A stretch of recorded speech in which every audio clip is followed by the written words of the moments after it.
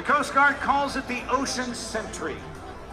From the Shield of Freedom in 2006, the HC-144A Ocean Sentry is a maritime patrol aircraft produced by the Spanish subsidiary of the European Aeronautic, Defense and Space Company, EADS.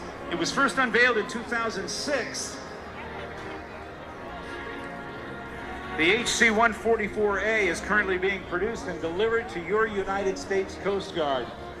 It looks like, if you will, kind of a minimized or mini C-130 Hercules, but only 2 engines on it. The power plants are 2 1,750 shaft horsepower General Electric turboprop engines.